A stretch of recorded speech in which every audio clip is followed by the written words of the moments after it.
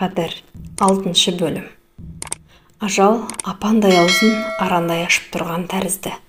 Сенімнің бір аяғы бұ дүниеде, бір аяғы о дүниеде еді. Айжан кенет өзін жинақтап, жоқ, бұлай болмайды, мен бірдеңе істеуім керек деп орнынан ұшып тұрды.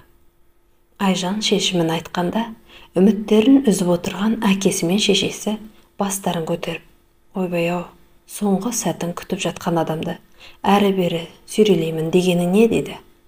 Маған сеніңдерші, өтінем, бір рет болса да маған сенім артыңдаршы, деп жылады Айжан. Ауылдағы дәрігерлердің қарсылығына қарамастан, Айжан сіңлісі мен анасын алып елордаға аттанды. Жол бойы сенім қатты қиналды. Шыда сіңлім, тәуір боп кетесің деп Айжан сіңлісін тас қылып құшақтап отырды. Елордадағы ауруханалардың бәрін шарлап шықса да, ешқайсысы бұндай тәуекелге бара алмайтынын айтты. Айжан анализ тапсырып, бүйрегінің сіңлісіне сай келетінін анықтады.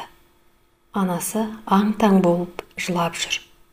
Соңғы клиникаға келіп, дәрігерге жалынды.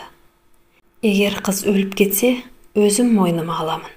Менің бір бүйрегімді алып, қызға салып көріңіздерші деп бас дәрігердің кабинетінде отырып алды. Біз бұндай диагнозбен келген науқасты ешқашан емдеп көрмеппіз. Біз тұрмақ бүкіл ел медицинасында болмаған.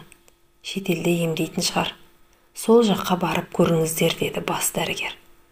Уақытымыз тым шектеулі. Қыз өліп барады. Өтінем, көмектесіңізші деп Айжан бас дәрігердің алдына қомақты қаражат тастап жіберді.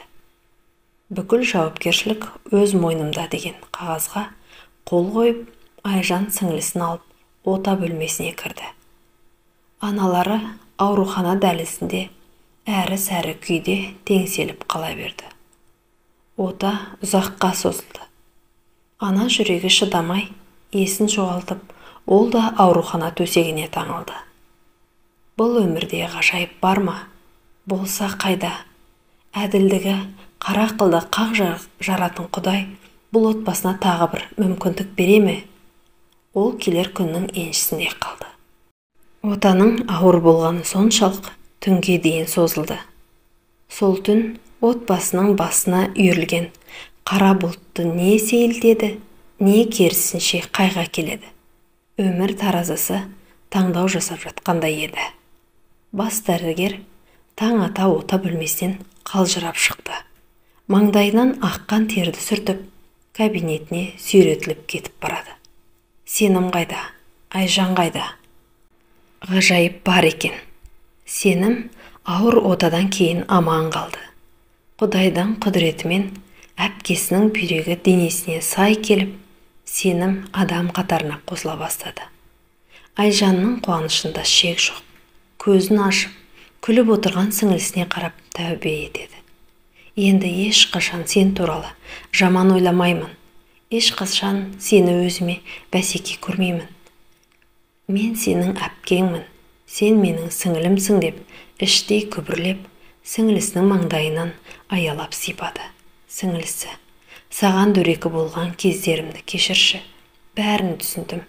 Екінші өмір сыйлағаның үшін мен саған өмір бойы қарыздармын деп Айжанға мейіріммен қарады.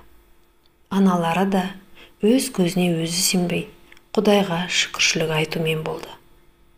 Асылы бұл дүниеде туысқан ақысы дегеннің бар екенін жұмыр басты пенде қу тіршілік шырмауында жүріп, естен шығарып алып жатады. Туысқан ақысы өзіңмен бір туған бауырларыңа, туған туысқа деген қамқорлық. Алла Айжанның сіңлісіне берер ақысын осылай алып бергенде еді. Қалтасында көк тиын жоқ болса да, Айжан бақытты. Кейде адамның қадірін түсіну үшін оны жоғалтып, қайта табу қажет. Қадіріңді түсіндім, ана. Қадіріңді түсіндім, әке. Қадірлеріңді түсіндім, бауырларым, деді Айжан.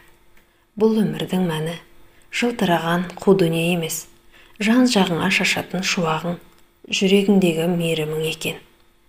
Айжан күйеуіне зор қуанышпен аттанды. Бір бүйрекпен өмір сүре береді. Бастысы туған бауыры аман болсын. жүрегіне жүк болған қызғаныштың орнына махаббат басып бойы жеңілдеп қалған еді.